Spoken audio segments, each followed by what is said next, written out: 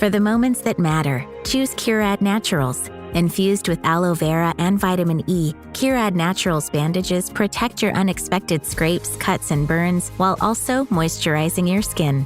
Find deeper relief with natural ingredients you can trust to start the healing. When life's surprises call for the best, choose Curad, a deeper level of care.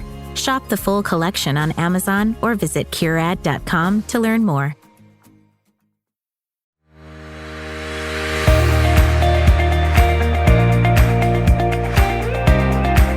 Hey, this is JJ Virgin. Welcome and thanks so much for joining me. This is Ask the Health Expert.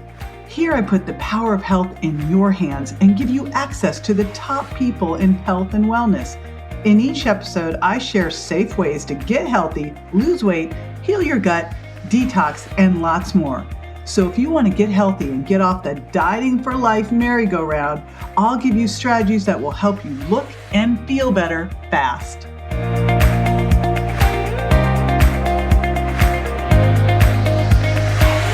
I love the phrase that my buddy Dr. Jeff Bland says, genes load the gun, lifestyle pulls the trigger, and you are going to really hear about that today. I'm talking to Kashif Khan. He is the CEO of the DNA company, and I got the chance to do this with him a couple years ago and kind of blew my mind. I'd had my genetics done years earlier, wasn't really actionable. I think we've all done 23andMe. This is not that. This is like your personal roadmap for how you can live. And you're going to hear about this and how some of these different markers, how they can impact your metabolic health, your sleep, your mental health. It's wild, the information. So the DNA company is really a place where personalized medicine is being pioneered through these unique insights into the human genome. Kashif is the CEO of it. You're going to hear about his story and how he came to be with this. He's also the host of the Unpilled podcast. He lives in Canada. He grew up in Vancouver in an immigrant household and was an entrepreneur from an early age. And prior to the DNA company, advised on a whole bunch of high-growth startups in a variety of industries. And then really dove into genetics. And you'll hear why during the interview. And what he's really discovered here is, first of all, he's actually genetically engineered to be an entrepreneur. And I asked a lot more about that because I think it's really fascinating. But he also was engineered to have a sensitivity to pollutants that really created a lot of issues in his health. You're going to hear how he was able to discover that, reverse that, and what you can learn by really digging into your genes. And also some AI that he's doing so that some of these things you can just answer the right questions, like he's got a sleep survey that you can answer the right questions and get your basic AI on how, what's going on with your sleep and what you can do about that, which you're going to be able to get for free. It's a $100 assessment by going to jjvirgin.com/sleep report. And in the place where you can put a code to take away the money, you put sleep special, and that will wipe out the $100 and you'll get it for free. All right, so much more to come in this interview. This is going to be a fascinating one for you. And so stick with me. I'll be right back with Kashif.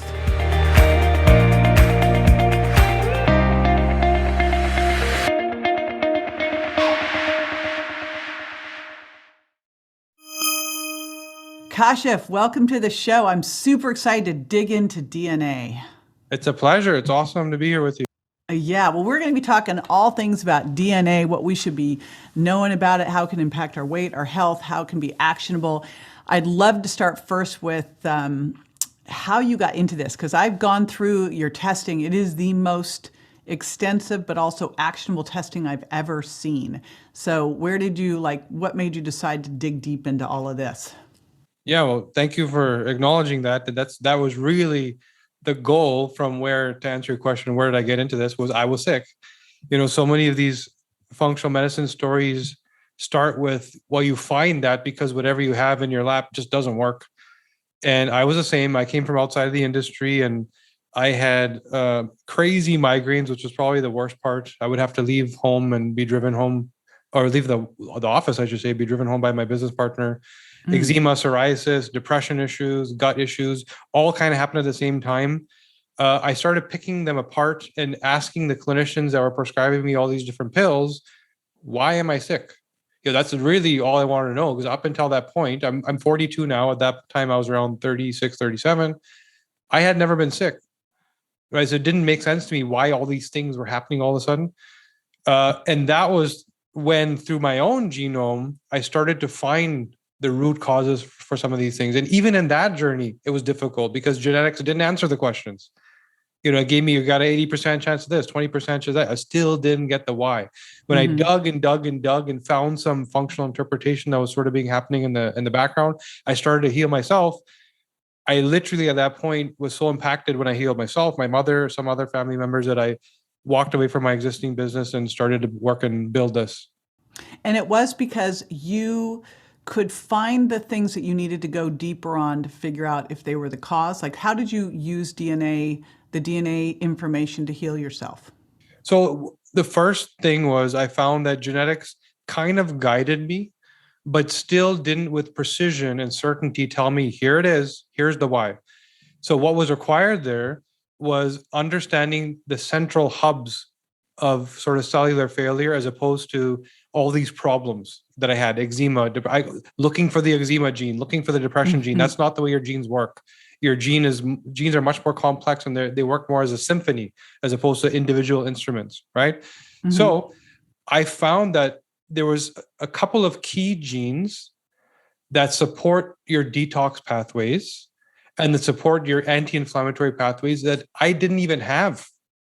Forget about what version or what SNP or what variation, things that you hear about in genetic testing. If your DNA is your human instruction manual that literally is telling your cells what to do, that's what it is. And different types of cells know which part of the manual to read. That's why they become heart cells or kidney cells, right? I was missing some pages of that manual. And those pages were the pages that, of the toxic nonsense that was being blown through our air vents in my office, because there was a manufacturing company downstairs. I was the guy, not my business partner, not our team, that suffered because I didn't have the ability to prevent them from entering my bloodstream and to clear them once they were in my bloodstream because the genes were missing. That hub, that one thing, and 7 years of being in that environment led to eventually eczema, eventually migraine, inflammatory conditions, eventually psoriasis, so autoimmune response. My body was so confused. Depression, because the gut and the brain are connected, gut issues. It all happened at the same time. My body, humans are resilient. We fight, but there's only so much we can do. And that's when I realized there's another layer that needs to be peeled away in how we interpret DNA. And it healed me, it healed my mother, and we just kept going. It's very interesting. I will tell you that, gosh, I think it was probably at least 18 years ago, we were trying to figure out what was going on with my son and some emotional stuff. So we did DNA testing, but no one knew what the heck to do with it. All they knew back then is, oh, he's got an MTHFR, he's got a methylation issue. That was like the extent of it. And I think for a long time, it was like, all right, well, you'd get this genetic report, but no one knew what to do with the things in the genetic report. And it strikes me now that, in the traditional medical model, you would show up with those things and you'd be going to a dermatologist treating your eczema, psoriasis. Then you'd be going over to the headache doctor for the migraines. You'd go to all these different things to slap Band-Aids on it. And then the functional medicine one's like, okay, get to the root cause. They probably look at your gut. And this is even deeper than that of going, okay, what's not working in these pathways that could make this a challenge. So I look at it, and I know we've talked about this because, I'm obsessed with all things around body composition, metabolic health. I think it's fascinating right now what is going on in the United States with metabolic health. I don't know if you saw the latest statistics that now it's 5% of the US population is metabolically healthy. And which I know, it's just absolutely mind-blowing. And if you look at it like, my whole world is around really optimizing body composition. And I think we've got a crisis of people being under lean, not having enough fat-free mass to improve the insulin sensitivity, to, all of the improve longevity, everything that we need to shift this equation. But But as I started to first play around with all of this, it was, I think, 10 years ago, I was working with a company that was doing a very basic report looking at some of these genetic markers and how they impact weight, insulin sensitivity, sleep, et cetera. And it was like, holy smokes, just that alone, and like what kind of macronutrient balance. What are some of the things that this can do to help inform us about, metabolic health and weight and all of that? Oh, there's so much. First of all, the stuff you said is there. So that's like genetics 101. It's what we what we thought genetics gave us. That was the potential. If we figure out what each gene meant, we knew what it did and we knew what to do about it. What we didn't yet know, like you said, the pathways and systems. We already know the hormone system. We already know the cardiovascular system. What we didn't do was mirror and match the genes as per those systems. We looked at them as independent. So because the research was all funded by drug development. If you can isolate a gene and figure out what it means, you can now make a unique drug that does something in that gene. That's profitable, right? As opposed to let's not get sick in the first place. So so that layer was, do you want to be on a keto diet? Do you want to be a vegan? Do you actually have the metabolic activity to support that? There's a gene that literally determines how well you metabolize fats and how well you can use them as fuel. And if you're not doing well there, you might feel pretty good in the first 2 weeks because everybody does on keto, right? But you're going to crash and burn a month later. There's some people for whom I can't tell you how many doctors, especially female clinicians that we work with, that can't figure out why their thyroid is screwed up, why their mood is screwed up, why their hormones, their energy level, everything. And we bring it back to the day they became vegan. Because there's genes that determine how well you produce the enzymes to break down things like lentils, beans, legumes, chickpeas, kale. And that's all you're eating as a vegan. That's where you get your protein from, right? Peas, all this stuff. So if you don't produce the enzymes that break it down, it's not really doing you a lot of good. In fact, it's causing inflammation, gut dysbiosis, eventually leaky gut, which you don't feel any of that. And it happens over time. Then there's starch metabolization. There's a single gene that determines how well you convert starch into glucose to use as fuel. And if you don't do that efficiently, well, it's no wonder you eat a bowl of pasta and you have to take a nap after because your body's struggling so much, right? Then there's insulin response. Again, the genetics of that are very, very clear. Then you get into the more nuanced stuff and the more sort of, call it current news that hasn't really been released and clinicians don't even know is available yet.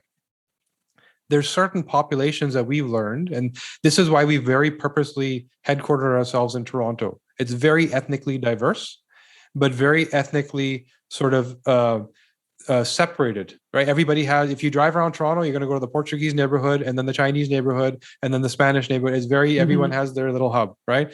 So we learned through all these various populations that there's certain ethnic groups, for example, myself included, South Asians, that will actually get an insulin response from fat. And all the research is powered. Wow. Wait a minute. That's like a landmine you just dropped. Yeah. Say it again. If I have the research for what we prescribe medically is done on Western European white people, right? That's the majority of North America. And mainly men. And mainly men. And that's why you have 80% of people suffering from Alzheimer's are women, because 80% of the research dollars are spent on men. So that doesn't work, whatever the protocols are, right? Yeah, so same thing. Estrogen. So yeah, exactly. And same thing with ethnicity. What I'm told about how to manage my insulin levels, and this is why the biggest heart center in Canada is in Mississauga, where I live, which is where all the brown people live, right? Because all the brown people have quote unquote genetically bad hearts. No, our metabolic pathways are entirely different because of what our ancestors did. They didn't eat saturated fats all day. And so now when I eat it, it causes me an insulin spike.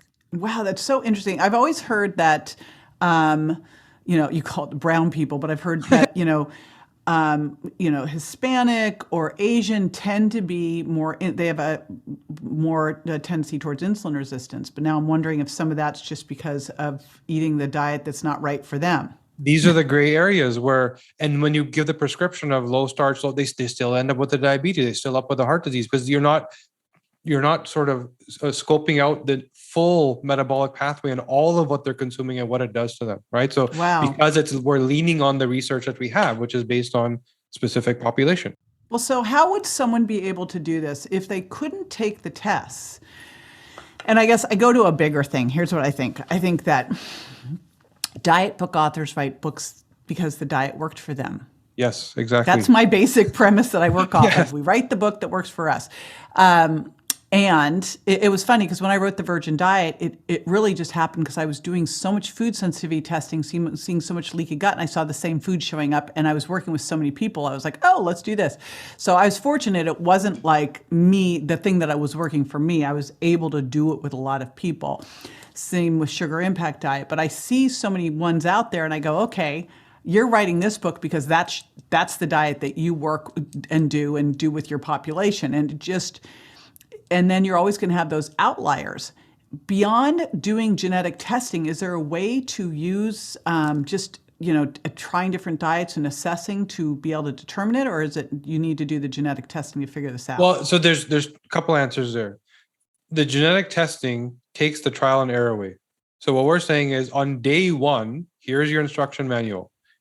Go for it. Here's exactly what you should be doing for whatever that goal is. Slow down aging, prevent disease, optimize energy levels, whatever your goal is. Here's how you need to do that. And here's not how people do that. Right. That being said, if you don't have that tool, then we have the blessing of so many other tools that we didn't have access to even 3 or 5 years ago, like continuous glucose monitors. If we had that happening and the glucose was being tracked and the insulin response was being tracked, we would know that these foods cause these problems for certain people. And it's so easy to access now, right? Heart rate variability, what's going on inside, something as simple as there's a tool that I use that's called aortic stiffness. It's a pulsometer, I think is what it's called.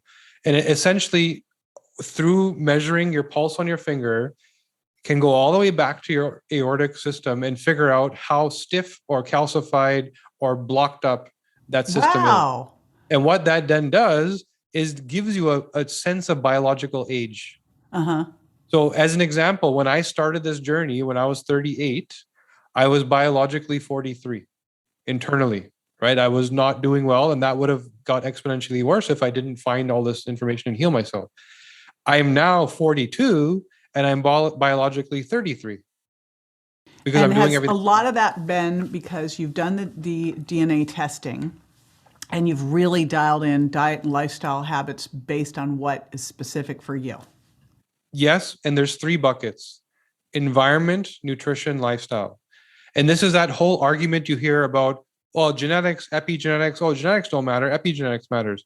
But epigenetics currently is doing the same thing. They're measuring something and telling you only what they see. What epigenetics should be is, let's understand your genetic profile, which means where's your red flags? For you, what do you not do well? What function in your system it's just not happening right? Could be hormones, could be brain, could be anything. Now you know what the right environment, nutrition, and lifestyle choices are for you based on that problem. Some of them are obvious. Some of them are completely counterintuitive. And I'll give you an example of a counterintuitive one. We can determine genetically how well you deal with oxidative stress. So if you do your high intensity interval training every day and you're pushing yourself until you can't breathe and you're about to vomit, but you have the bad version of the SOD2 gene, which is what clears the oxidation from your cell and the mitochondria where energy is produced, then you're actually suffocating that cell. Every time you get into oxidative stress, it's like you have a chimney. So the cells in your body all take in oxygen to create energy. But in that process of using oxygen as energy, you create oxidants, which are free radicals and toxins. This gene is meant to get them out of your cell and put them into the blood, and then you send them to the liver to get rid of them, right? There's another gene that sends them to the liver. A lot of people have the bad version of that gene, which means this fireplace that's burning this smoke doesn't have a chimney.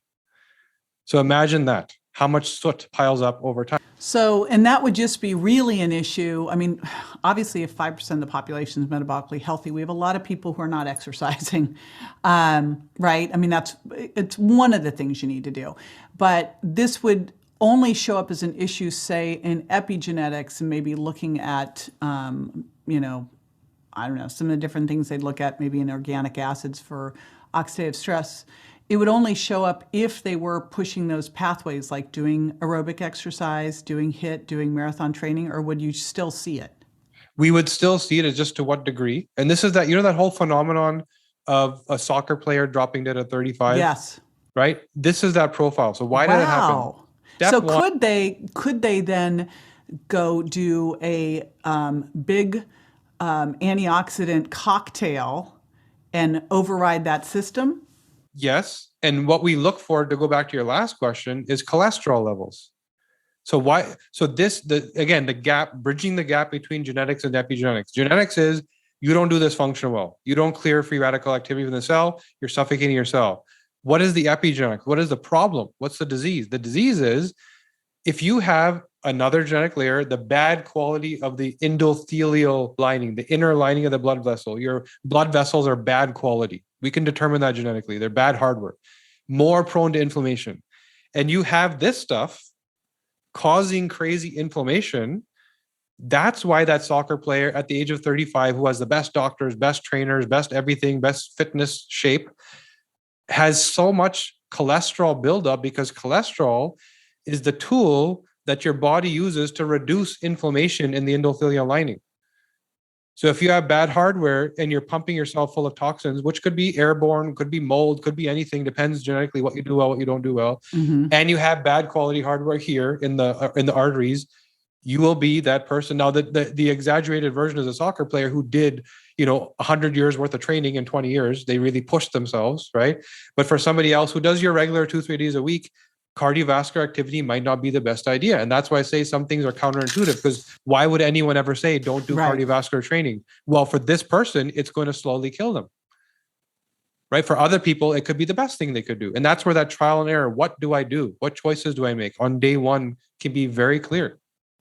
So trial and error, but it seems like, wouldn't it be amazing if a baby is born, they do this genetic profile, they save whatever it is so they can continue to extrapolate as they learn more stuff. I don't know. That's the other question. It's like, okay, we learn more stuff. Do we need to do another test? Because, the stuff we have, our genes aren't changing, but it would be so cool to have that done. And I'm sure there's a whole thing with like medical ethics and blah, blah, blah. But, gosh, to have your playbook. Yeah. Right. And, to have your playbook and go, oh, look, you're a way better sprint and strength athlete. Exactly. You're a way better. It was so interesting. When I did my pre-U, some of the stuff that come out like I've got the sprinter gene. I'm much more of that type of athlete. You can tell by looking at me, but yet I kept trying to run marathons. It's like horrible for me. I hate it. Yeah, for me, that's like a hallelujah moment, because that's what I've been screaming from the rooftops. Prevention, the earlier you start, the better it is. It's a simple equation. So if you know at birth, I've done this with my 3 kids and my niece who's very close to me. I know exactly how their brain is wired, academically where they should aim. I know exactly physically how they're going to develop and what sports they should play. I know why one won't do his homework and why the other won't. Very different reasons, by the way, for the two of them. I'll give you an example. So the middle kid, every single day, homework was a disaster. He was around 5. He's now 6 years old. So he had just started school, like preschool, kindergarten, and now he's into grade 1. And it was always a disaster. So I would see him doing other activity, and it wasn't a problem. He was generally a motivated, proactive type of kid, but it was specifically homework that was a problem. And he didn't have this problem in school, by the way. It was only at home. So I looked at his genetics. The obvious things are like discipline, attitude. That's what you yell at the kid. What's wrong with you? Why won't you do it? So we start with, what are the red flags? What's wrong genetically that may point to something? And the thing that I realized is that he had the worst possible starch metabolization and the worst possible insulin response. And he was doing homework a fatigue coma. Yeah, he was doing homework time was after dinner in our home. Right? So we were putting this guy into a coma and then wondering why he couldn't do homework. Whereas his brother and sister didn't have that problem. Right? I have the bad version of these genes, so I gave them to him. The wife has the great version, so the other 2 kids got her version. Right? So that's one simple nuance. But going back to what you asked earlier about, metabolic health, fitness, body composition, where we always start is the brain, mood and behavior. Why? And this is one thing that boldly brag about that I think we do that nobody else does, which is we've spent 3 years meeting with 7,000 people clinically. So genetic testing companies and researchers typically never meet the patient. They get a DNA sample, they sequence it, they run some studies, whatever. We actually interviewed 7,000 people several hours at a time for most of them with their full healthcare history, et cetera. Because of that, we were able to document their mood and behavior traits. So now with great, great certainty, if I have your DNA, I don't ever need to talk to you to understand, are you a procrastinator? Do you have anxiety issues?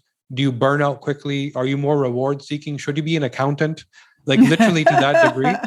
And why? Because the neurochemicals of your brain drive your reactions and your behavior, and your DNA drives those neurochemicals through sort of a 3-step process. There's first the anticipation that that thing, whatever it is, it could be pleasure, it could be pain, it could be trauma is coming, the anticipation. Then the actual feeling, you actually have the feeling, and then the clearance, you need to get back to normal.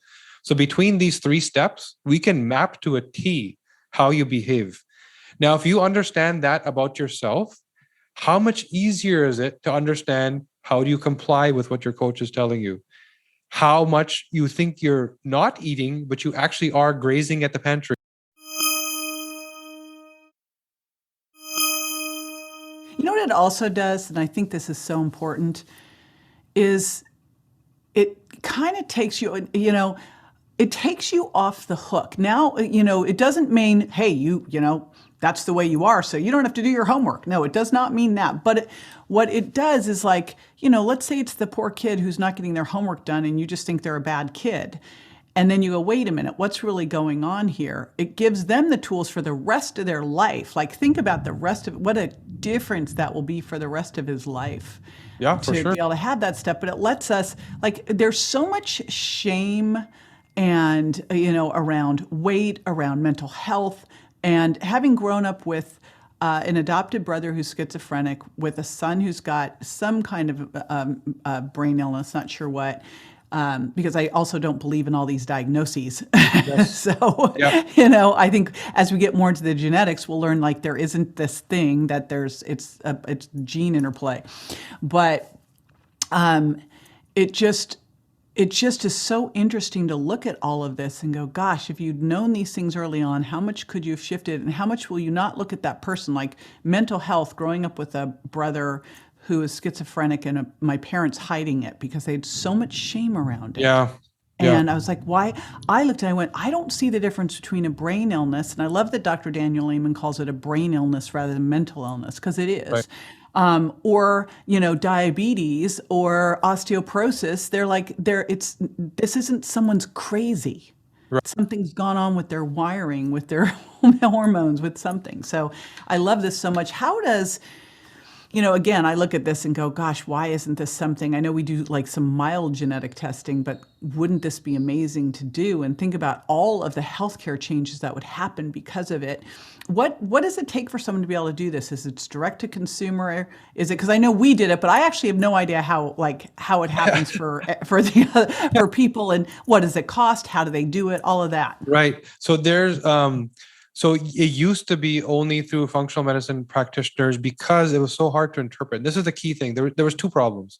One is interpretation. Like you said, you can go get a DNA test done. Anyone can test. You can actually go buy your own DNA testing machine and put it in your basement, right? The testing is the easy part. It's interpreting the data and what it means. That's difficult. And that's why we studied those 7,000 people to know when it looks like this, it means this. So that was one. We then had to teach that to clinicians, which was exceedingly difficult, because how do you take this entire new set of data, apply it on what they're already doing when they're so busy and their staff is right. busy? So that was one. Second thing is, how do you make it easy?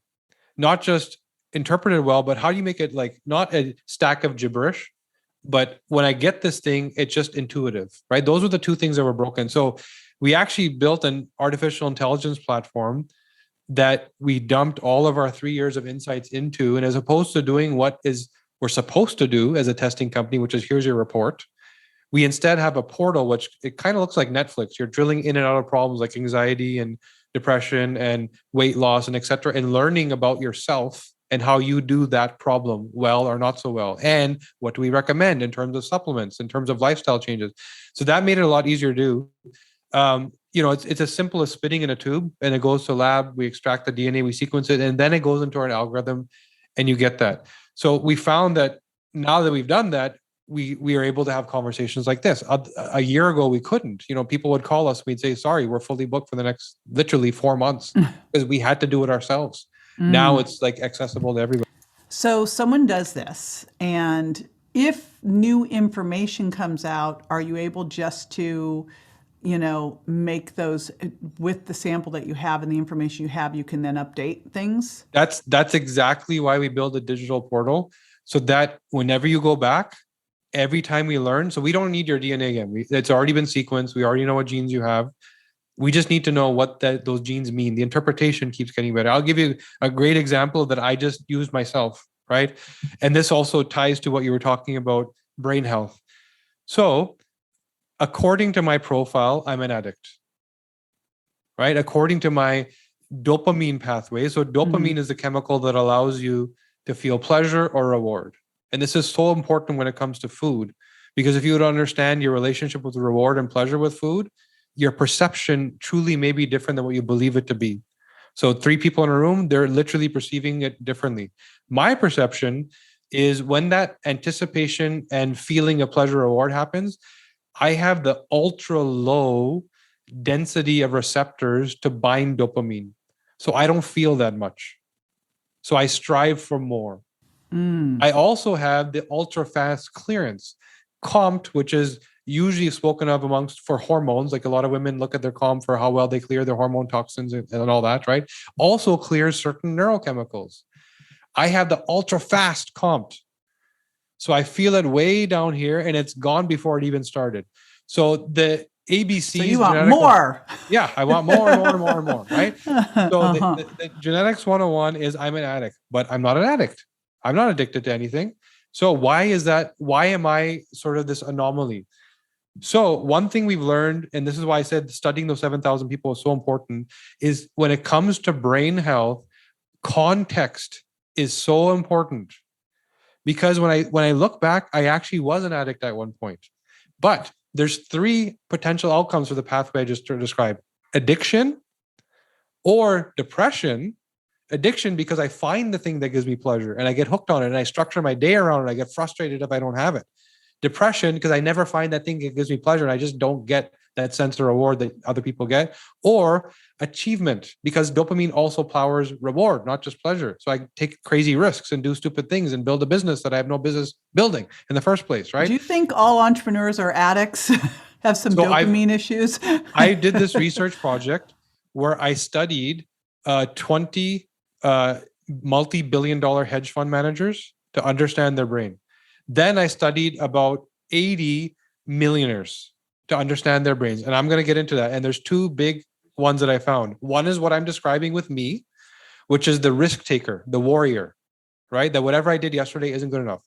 Now, the context, when I was young, a friend knocked on my door with a birthday present, which was something I had to smoke when I was like 15 or 16 years old. And I became addicted. I grew up in poverty. Nothing was good. And I did have the addiction when I was young. I just forgot about it because I'm past that. Then I had the achievement because I started building companies because my father passed away and I had to take care of the company. I started building and building and building and building. And I didn't even know what I was doing, but I built.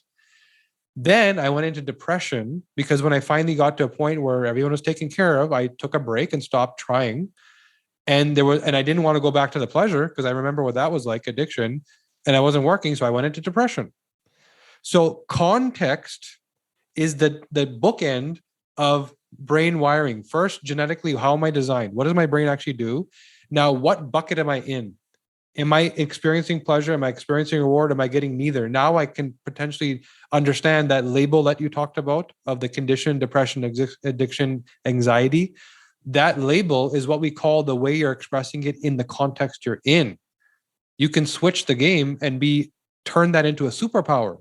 The same thing that drives me to build businesses is the same thing that potentially causes me significant depression, right? Mm-hmm. So now going back to the entrepreneurial brain, that's one, the sort of billionaire brain, because you take stupid, crazy risks and 8 out of 10 things fail, but the one that hits, does it ever hit, right? Then there's the millionaire, the more risk adverse, structured approach to building. They typically have the opposite. They have the highest expression of dopamine binders. Why? It's so easy for them to experience pleasure that they're not really driven by much. And so they say no to everything. Nothing is exciting, right? Everything is good. So I don't need any idea, any presentation, any person that I don't say yes, because I'm already good with what I'm doing. I'm focused. And with those blinders on, I can really do a good job of what I do well.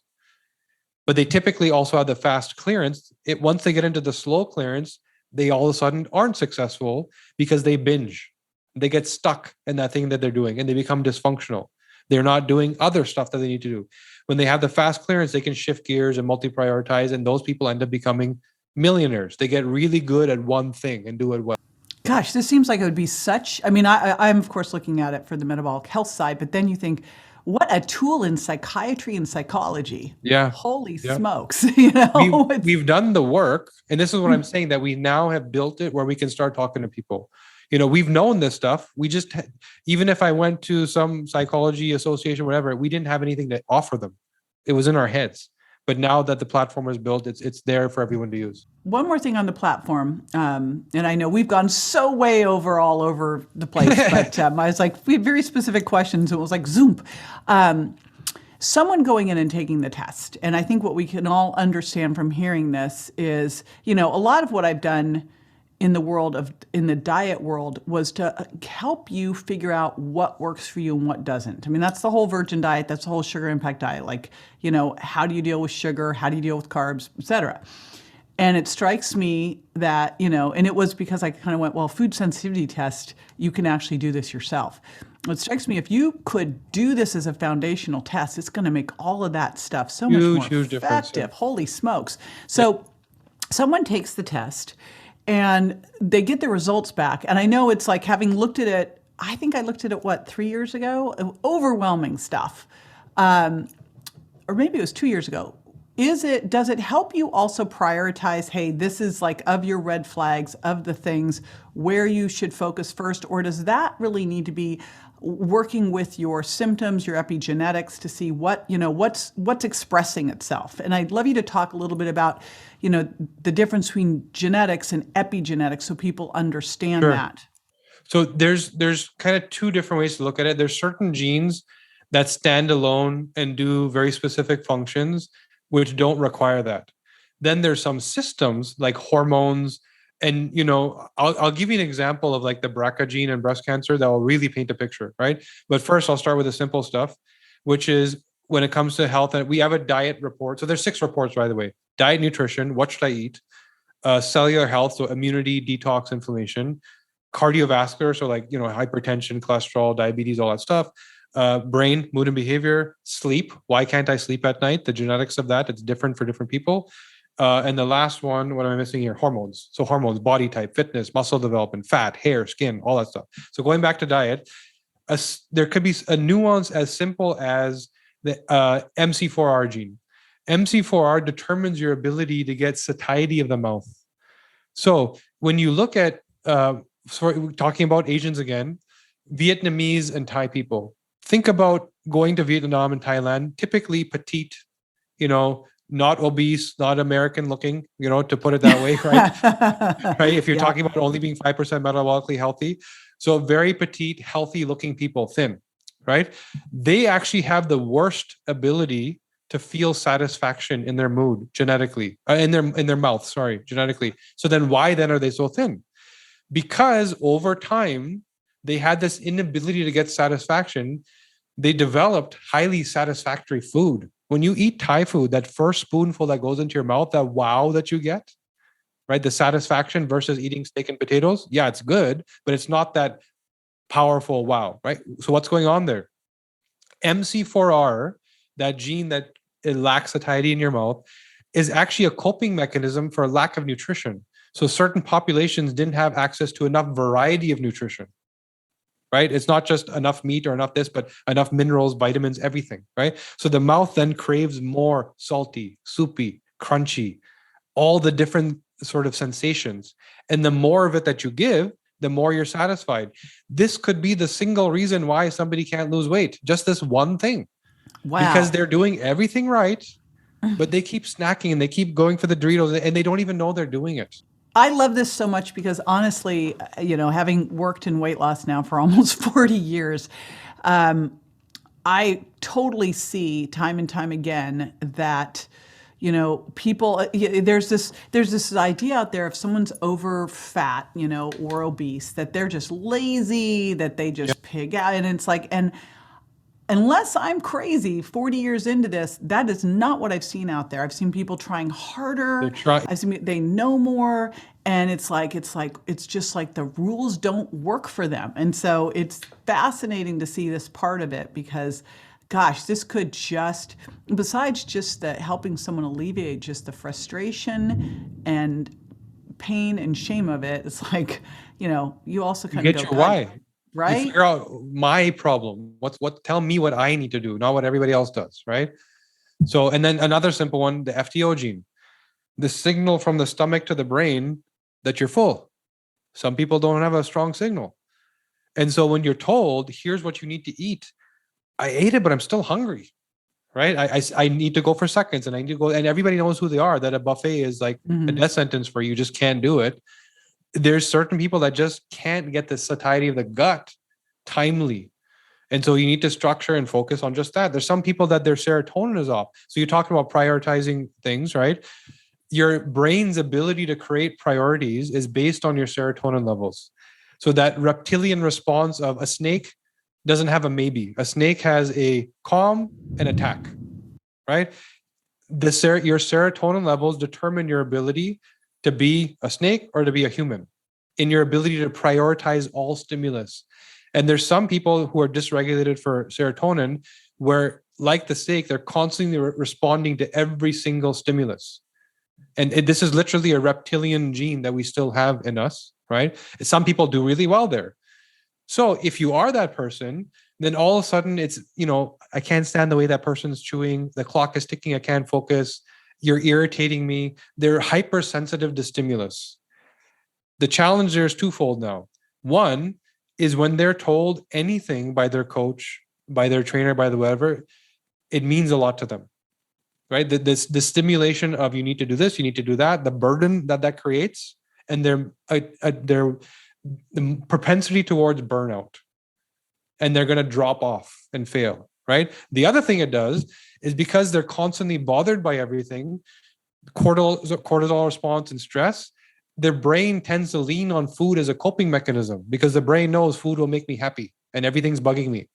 So there's two things happening. They're constantly deploying cortisol, which causes their stomach to store fat.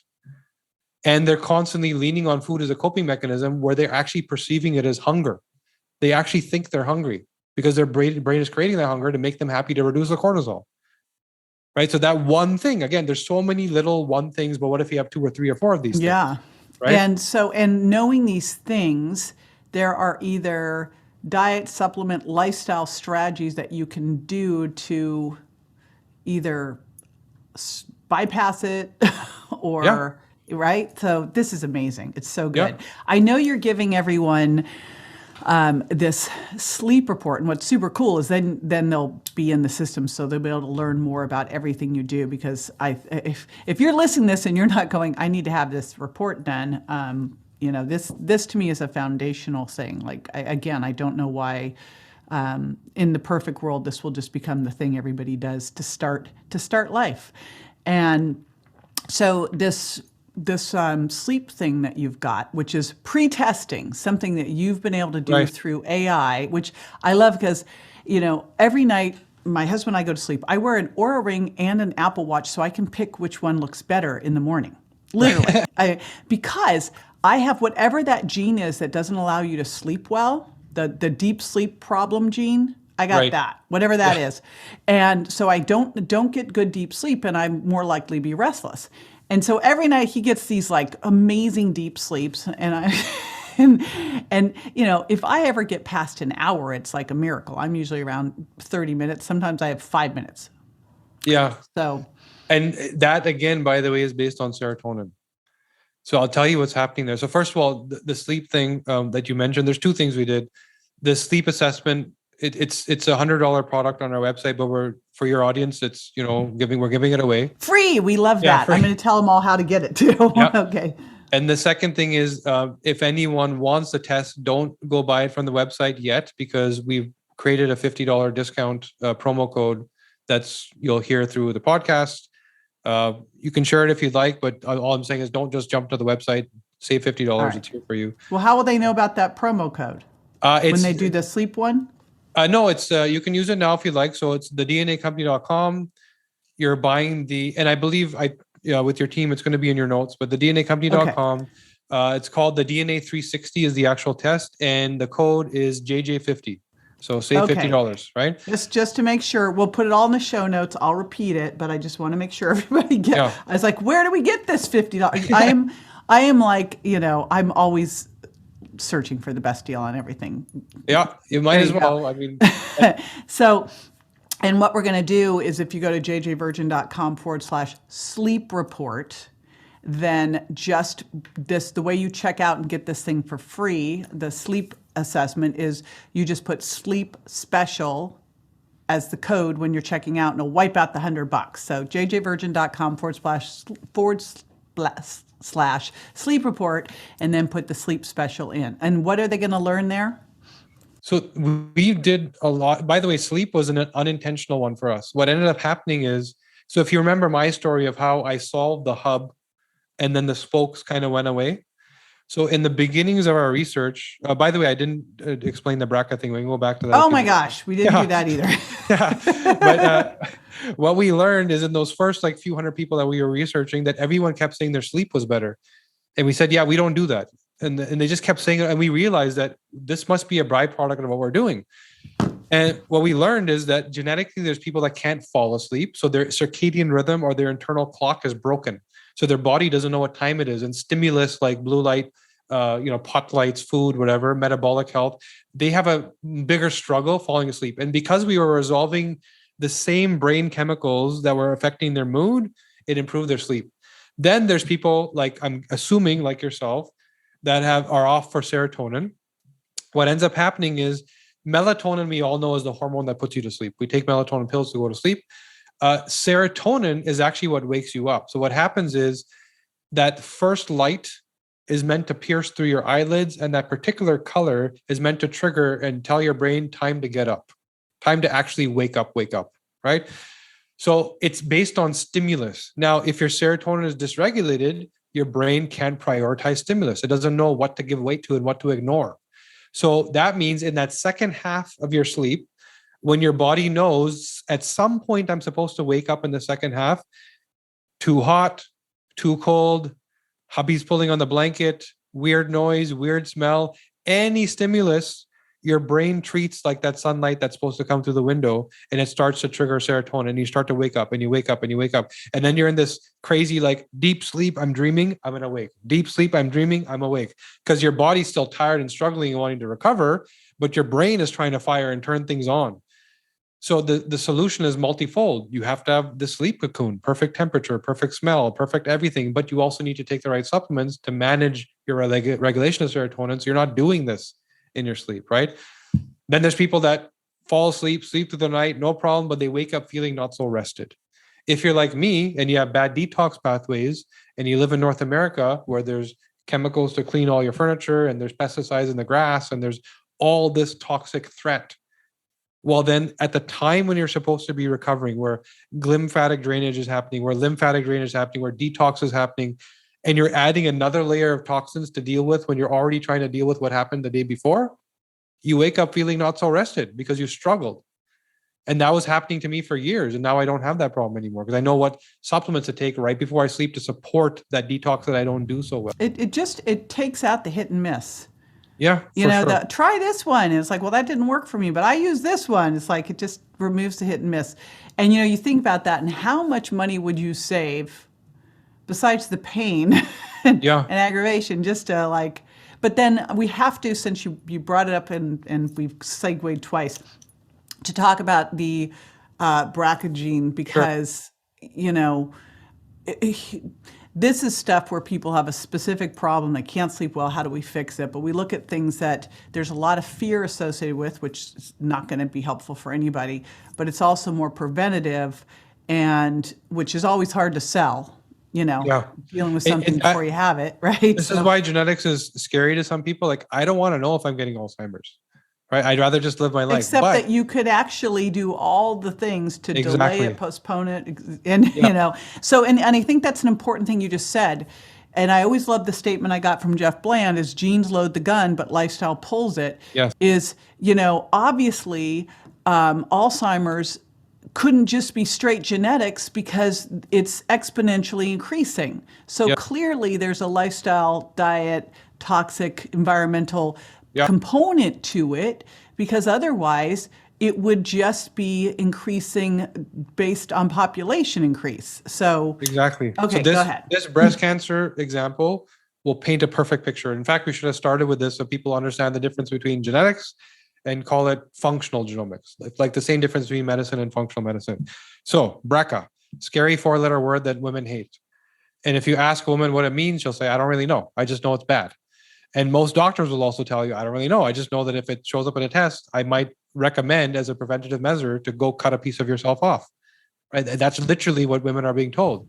I know. I'm seeing people do it on social. It's like, yeah, it's crazy. So now the question is, why does a breast cancer happen? So BRCA is a tumor suppressing gene. When you have cancer, it's supposed to go fix it. So if you have the bad version of BRCA, you don't do a good job of repair. In that scenario, you still have no clue why that breast cancer happened in the first place, which is the real question we have to answer. Mm-hmm. If you answer that, then you know how to prevent it, not cut a piece of myself off. You think by cutting off your breast, the thing that you're doing to cause the cancer won't cause it to show up somewhere else? Well, that's what I was going to ask. Then couldn't you just get uterine or ovarian or colon? Exactly. If you're doing something to cause cancer, breast is number one choice for you. And you'll understand after this explanation. So now let's get into why. The why, this is our research of the 7,000 people. By the way, the area that we found sucks the most in healthcare is with female hormone health. It is so horribly underwhelming.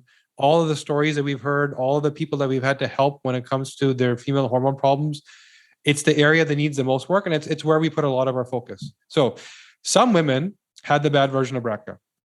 Now, in your hormone metabolism pathway, again, the pathway or the system as opposed to what does this gene mean? Some women are more estrogen dominant. What does that mean? Progesterone converts to testosterone, converts to estrogen. You may just fill that bucket a lot more. And your genes will tell you that. We know what version of each gene you have along each step to know which bucket are you filling. And you may just have a much bigger bucket of estrogen. Step 1 of 3, estrogen dominant. You may also be estrogen toxic. In your monthly cycle, if you're still having one, before you clear the estrogen, you convert it into a metabolite, either 2, 4, or 16 hydroxyestrogen. 2 is great. It's what you want. 4 and 16 are highly toxic. Some women make that. Estrogen dominant, big bucket, estrogen toxic, turning it into a toxin. Step 3, how well do I get rid of the toxin? I have antioxidant pathways, glutathione pathways, I have glucuronidation pathways, different ways that my body gets rid of toxic insults. You may not be doing that stuff well. Now you have the perfect storm of estrogen dominant, estrogen toxic, and I don't get rid of it. Even then, that's not a diagnosis for breast cancer. You still have now just loaded the gun, like you said. What pulls the trigger? 85% of women are on a birth control pill for 10 or 15 years, North American women, fueling that estrogen bucket with more toxicity. So many more women are getting hormone replacement therapy as they age without understanding their genetics first and what they're doing with that hormone. What do they turn it into? How many women don't understand the endocrine and hormone disruptors that they're breathing and smelling and eating daily around them that are mimicking hormones and filling that bucket even more, right? So now you have the loaded gun. Here's my profile. You have the trigger, which is all of these choices you may make poorly. Why then does most breast cancer happen around the menopause age? Typically, not for all. There's women that get it even in their teens, but why mostly the menopause age? Once you're menopausal, you no longer have a menstrual cycle to clear out that monthly dose of toxin you produce.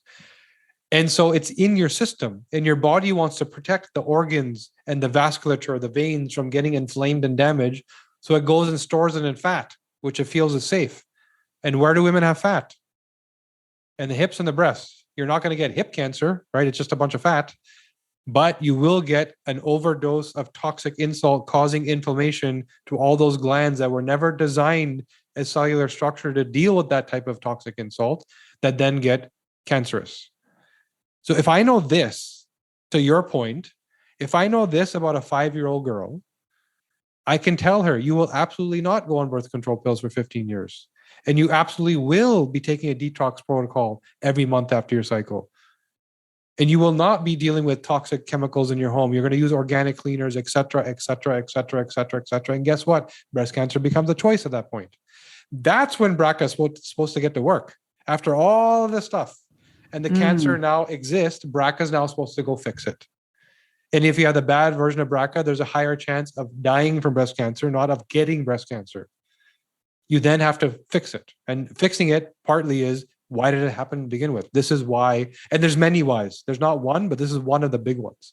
So that paints a very clear picture of genetics, BRCA, cut something off. Functional genomics, here's why it happens. You can intervene. It doesn't have to happen.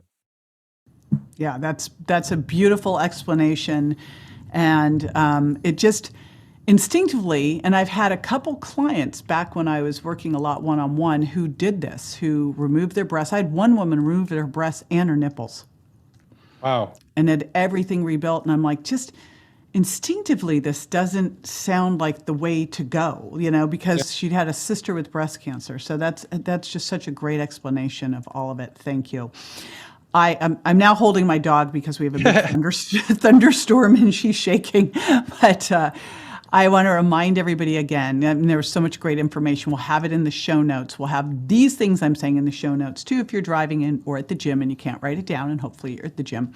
But if you go to jjvirgin.com/sleep report, and then when you go to check out, you'll put in sleep special and you will wipe out the $100 charge. And that's where you will get that AI-driven sleep report when you answer some questions. And of course, the other opportunity, which we'll have in the show notes, is at the DNA company to get the DNA 360 test and to use the code JJ50 to save $50 off of that, so that you have that foundational test that now you can really go and stop, trying different things. You'll be able to pinpoint exactly what you need to do in terms of diet, lifestyle, environment, which I just love. And I love that you put it into those 3 buckets. It makes so much sense.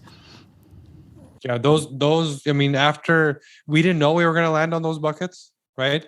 It's just after meeting 7,000 people and seeing 7,000 problems, it was the same thing over and over and over again.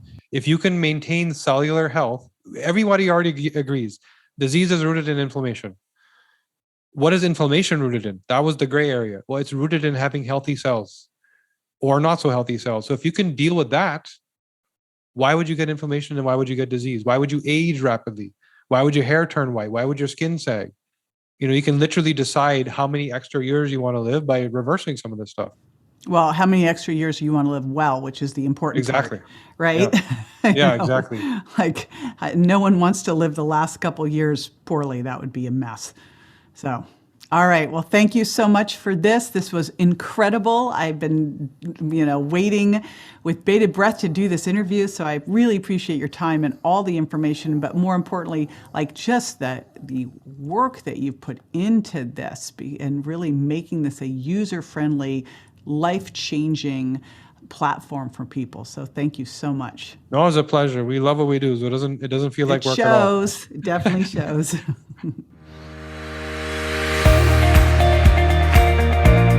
Okay, just a reminder again to make sure that you pick up the sleep report at jjvirgin.com/sleep report, and you put sleep special in the little code box so you wipe out the $100. And if you would like your own DNA report, go to thednacompany.com, choose DNA 360, and put in the code JJ50 to get $50 off. You know how much I love savings. All right, there you go. I'll see you next time. If you've not subscribed yet to the show, hello. You don't want to miss out. Go to subscribe to jj.com and you will never miss a show. See you next time.